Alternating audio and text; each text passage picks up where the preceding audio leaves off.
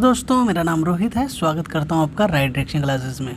आज से पहले जो 2 वीडियो बनाई थी हमने ट्रिग्नोमेट्री पे क्लास 10th की, उसमें हमने डिस्कशन करा था। हमने 8.1 को अच्छी तरीके से डिस्कशन कर लिया था, जिसमें दो वीडियोज़ में 1 से लेके 8 तक क्वेश्चन थे। आज हम जो वीडियो है, जो क्वेश्चन नंबर 9th, 10th और 11th को इस वीडियो में हम कंप्लीट कर लेंगे। हमने ट्रिग्नोमेट्री का पूरा इंट्रोडक्शन पढ़ा, फिर 1 से लेके 8 तक क्वेश्चन को करा। आज हम क्वेश्चन 9th को स्टार्ट कर देते हैं। चलिए मैं क्वेश्चन नंबर 9th को समझाता हूँ आपको कि in a triangle ABC right angle at B if a tan A 1/√3 find the value of ये एंड ये। चलिए बात कर लेते हैं। चलिए पहले बात बोलता है एक ट्राइंगल हमें बनाना है। मैं बना लेता हूँ। यहाँ पर एक टेढ़ा मेढ़ा ट्राइंगल बन रहा है, सॉरी। चलिए मैं बनाता हूँ दोबारा से। ये बनाया एक ट्राइंगल, देखिए A B एंड C। यहाँ पर ट्राइंगल मैंने बना लिया, ठीक है। जो आपको सबसे पहली चीज़ है वो tan A का रेशो गिवन है, ठीक है। tan A लिख लेता हूँ मैं, ये रेशो tan A का जो रेशो होता है, आपको पता है tan A का रेशो क्या होता है। ये होती है हाइट, ये होती है बेस और ये होता है हाइपोटेनियस, ठीक है। आपको पता है tan A का जो रेशियो होता है हाइट अपॉन में हाइपोटेनियस होता है। तो हाइट आपको पता है BC है और हाइपोटेनियस जो है वो AC है। और जो चीज़ आपको गिवन है वो दे रखी है 1:3, यानी जो रेशियो दे रखा है इस तरीके से दे रखा है। चलिए मान लेते हैं, मैं इसको जो दे रखा है वो लिख देता हूँ मैं इधर, ठीक है बच्चे। मैं लिख देता हूँ यहाँ पर कि जो हाइट है वो दे रखी है 1 और ये दे रखी है √3। क्योंकि रेशियो जो दे रखा है हम के भी लिख सकते हैं, ऐसी बात नहीं है। यहाँ पर कांस्टेंट वैल्यू लिख सकते हैं यहाँ पर, ठीक है, कोई भी। चलिए मान लेते हैं। अब हमें, क्योंकि आपको पता है इस वाले क्वेश्चन में फर्स्ट पार्ट में sin A cos A की ज़रूरत पड़ने वाली है। अब आपको पता है sin A का रेशियो की जब ज़रूरत पड़ेगी तो आपको हाइपोटेनियस पता होना चाहिए। अब हाइपोटेनियस निकालनी पड़ेगी हमको पाइथागोरस थ्योरम से, क्योंकि ये 90 डिग्री का जो है ये राइट एंगल ट्राइंगल है।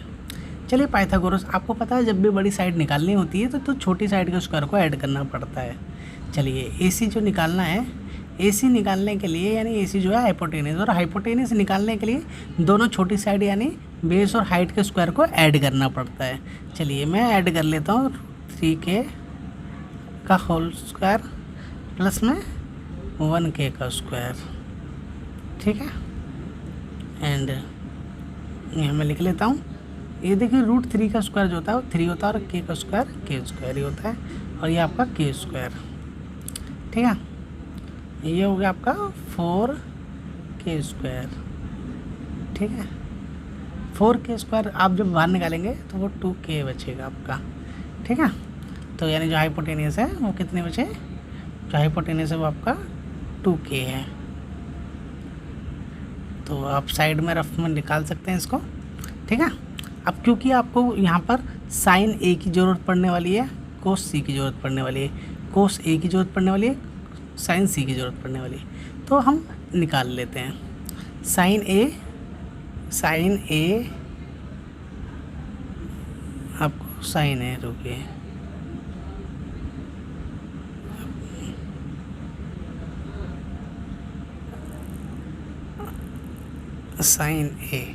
sin A का रेशियो जो होता है वो हाइट अपॉन में हाइपोटेनियस होता है।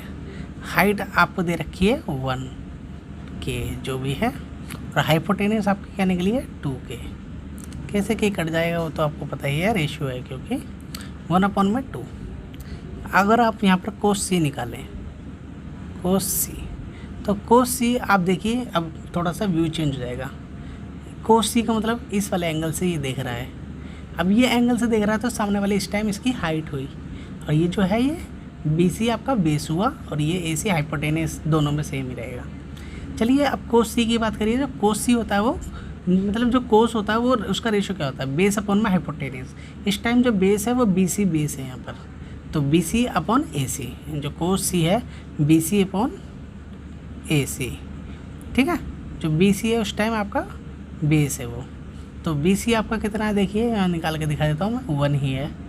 तो ये भी 1k, और जो आपकी हाइपोटेनियस है वो आपकी कितनी है 2k। तो कैसे कि फिर से कैंसिल हो गया, तो 1/2। तो 2 चीज़ आपकी निकल गई है यहाँ पर, ठीक है। सो अभी यहाँ पर आपको कोस ए और साइन सी भी निकालना है। चलिए देखिए, मैंने यहाँ पर निकाला 1 2 और आपको कोस ए भी निकालना है, कोस ए। अब देखिए जो कोस ए है वो ए एंगल से निकालना है। तो ए एंगल से जब हम निकालेंगे तो कोस का जो रेशियो होता है वो बेस अपॉन में हाइपोटेनस होता है। तो बेस तो आपको ए बी है दे रखा है, अगर एंगल ए से देख रहे हैं तो बेस आपका ए बी और हाइपोटेनस आपका ए सी। तो ए बी अपॉन में ए सी, ठीक है। और जो ए बी आपको दे रखा है वो कितना दे रखा है देख लेते हैं एक बार। ए बी आपको दे रखा है √3 के अपॉन में जो ए सी है वो 2K। कैसे कि कैंसिल हो जाता है, तो √3/2, ठीक है। ऐसे ही आपको यहाँ पर साइन सी निकालना है, यहाँ पर साइन सी। अब साइन सी निकालेंगे, देखिए अब सी एंगल से निकालने को कह रहा है ये आपसे, सी एंगल से। सी एंगल से देखिए फिर से व्यू चेंज हो गया। अब ये जो अभी ए वाले एंगल पे जो ए वाले एंगल के लिए जो बेस था, अब वो सी वाले एंगल के लिए हाइट हुई, ठीक है।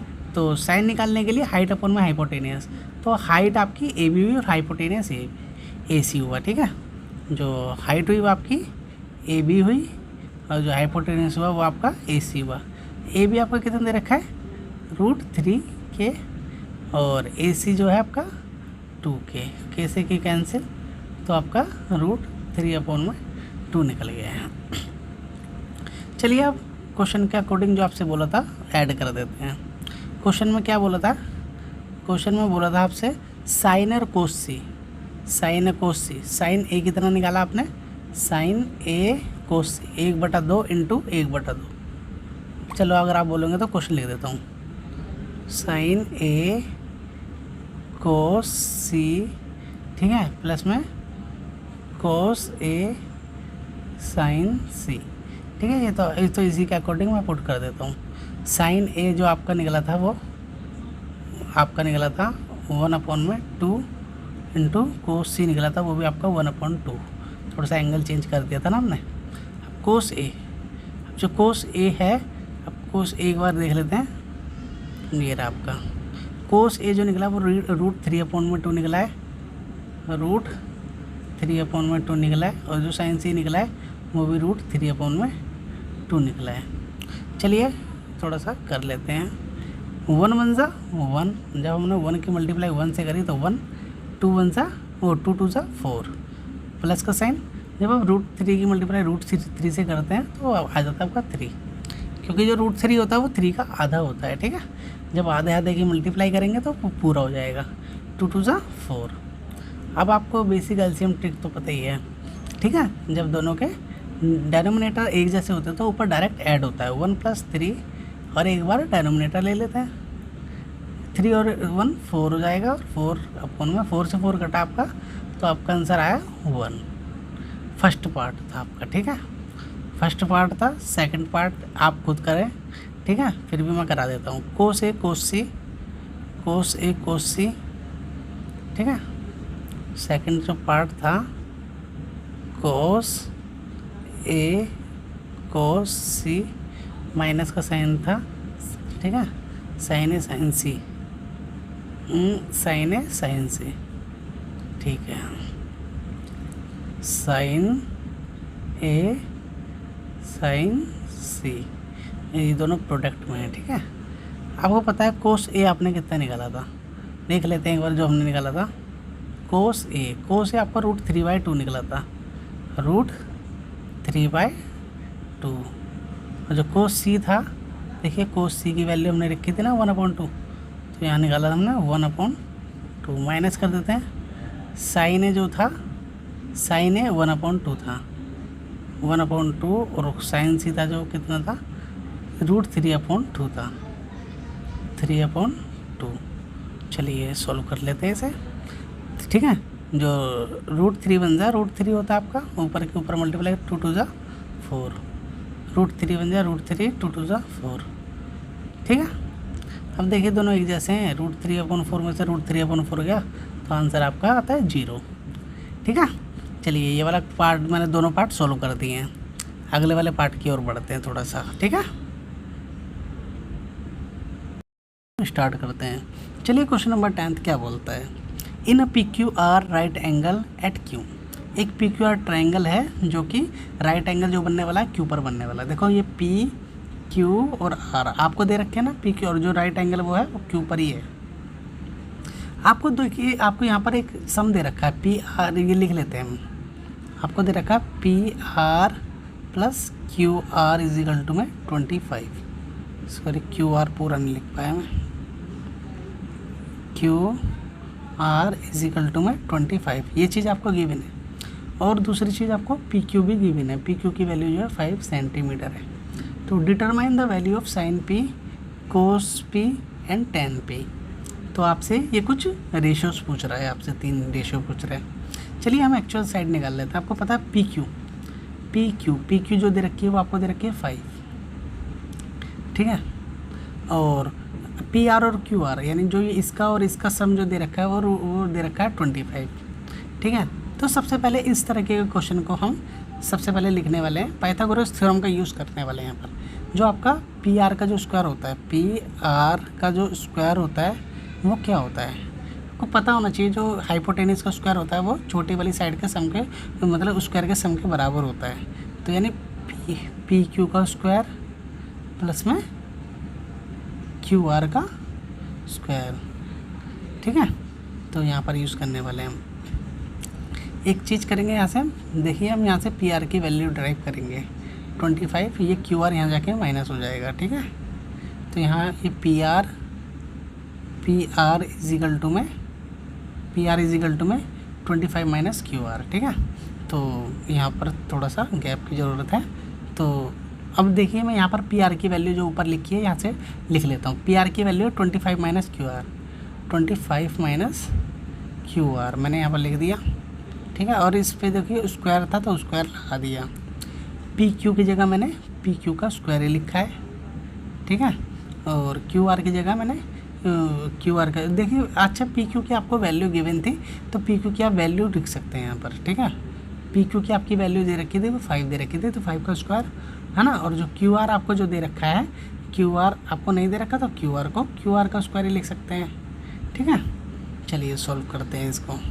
चलिए अब आपको पता है ये एक ए और इसे बी मान के ए माइनस बी का होल स्क्वायर की तरह आप इसको सोल्व कर सकते हैं। ए माइनस बी का होल स्क्वायर क्या बोलता है, देखिए मैं आपको इस पहले फॉर्मूला बता देता हूँ। ए माइनस बी का जो होल स्क्वायर होता है वो बोलता है ए स्क्वायर, ठीक है, माइनस 2ab, ठीक है, प्लस बी स्क्वायर। ये जो आपका होता है ए माइनस बी का होल स्क्वायर होता है, क्लास 9th में आता है और इससे पहले वाली क्लास में आ ही जाता है। ठीक है, तो देखिए 25 का स्क्वायर, मैं यहाँ पर 25 का स्क्वायर करूँगा प्लस माइनस वो होता है ना माइनस 2ab, लो माइनस 2a की वैल्यू कितनी है 25 और b की वैल्यू QR प्लस में आपका QR का स्क्वायर। ठीक है, इस तरीके से सोल्व करा। 25 का जो स्क्वायर होता है वो होता है 625, 25 दूनी 50, 50 की मल्टीप्लाई QR से करी तो 50 QR हो जाएगा। ठीक है, और ये QR स्क्वायर। ठीक है, अच्छा यहाँ पर सॉरी अभी सिर्फ हमने ये वाला लेफ़्ट वाला पोर्शन सोल्व करा है, मतलब यहाँ पर देखिए लेफ़्ट वाला पोर्शन सोल्व करा है अभी आपने। ठीक है, राइट वाला पोर्शन भी है अभी यहाँ पर आपका। चलिए 625 दोबारा से लिख देता हूँ, देखो बराबर राइट वाला से ये लेफ्ट हैंड साइड वाला पोर्शन चल रहा है यहाँ पर। 625 थोड़ा सा है ना माइनस 50 QR है ना प्लस में QR इजिकल टू में देखिए मैंने केवल ये वाला a माइनस बी का होल स्क्वायर खोला है, जो राइट साइड है ना इक्वल में वो नहीं लिखी है। अब देखिए मैं लिख देता हूँ 5 का स्क्वायर कितना होता है 25 और दूसरी जगह क्या था QR प्लस QR का स्क्वायर का ऐसे एज इट इज़ लिख दिया मैंने। ठीक है, सो अब मैंने क्या करा देखिए लेफ्ट हैंड साइड और राइट हैंड साइड एक चीज़ कॉमन है, ये भी पॉजिटिव है और ये भी पॉजिटिव है, दोनों एक जैसी वैल्यू है, दोनों पॉजिटिव है। अब इधर इसको इधर लेके जाएंगे तो वो माइनस में हो जाएगी तो मतलब कट जाएगी, तो आप इसे ऐसे डायरेक्ट काट सकते हैं, क्योंकि आपको पता है ये भी पॉजिटिव है, ये भी पॉजिटिव है, किसी एक को इधर उधर करेंगे तो वो नेगेटिव आके पॉजिटिव नेगेटिव आपकी कैंसिल हो जाएगी, ठीक है। सो यहाँ पर 25 है, ठीक है। और चलिए इधर एक काम करते हैं, ये 625 है ना आपका, इसको 625 ही रहने दीजिए। इस 25 ये वाला जो 25 है इसको यहाँ पर नेगेटिव माइनस में ले आइए यहाँ पर, ठीक है। और ये 50 क्यों आ रहा है माइनस का, इसको यहाँ लाएंगे ना तो ये प्लस का हो जाएगा आपका। जब आप इसको राइट साइड लाएंगे तो ये प्लस का हो जाएगा 50 QR, ठीक है, प्लस का हो जाएगा। अब देखिए 625 में से 25 गए, कितने बचे, 600 बचे आपके। और ये देखिए QR प्रोडक्ट में है तो ये अपॉन में आ गया 50, 0 से 0 एक कैंसिल हो गई आपकी। देखिए काट सकते हैं, 5 1 ज़ा 5 और यहाँ 1 चला जाएगा, 5 2 ज़ा 10। तो आपको यहाँ पर QR मिल गया है, ठीक है। आपको यहाँ पर QR की वैल्यू जो है वो आपकी 12 निकल गई है आपकी, ठीक है बच्चे। अब इसको जो आपने माना था ना, इसे आप इसमें पुट करेंगे या इसमें, ठीक है, इसमें पुट करेंगे तो आपकी PR की वैल्यू निकल जाएगी। जो PR की वैल्यू थी आपकी, देखिए मैं लिख देता हूँ यहाँ पर, PR की जो वैल्यू थी वो क्या थी आपकी, 25 माइनस QR थी है, ऐसे वो ऊपर ड्राइव कर रहा था ना, तो इसमें आप पुट कर लेते हैं। फिर 25 माइनस QR की वैल्यू कितनी पुट करी आपने, 12। जब 25 में से 12 जाएंगे तो आपका बचेगा 13। तो PR की वैल्यू भी आपकी निकल गई। तो यहाँ पर आपकी वैल्यू निकल गई आपकी, ठीक है। अब आपसे जो पूछा है वो आप बता सकते हैं, देख लेते हैं एक बार आपका क्या निकला, PR 13। मैं इस ट्रायंगल में पुट कर लेता हूँ, PR जो है वो 13 दे रखा है आपको।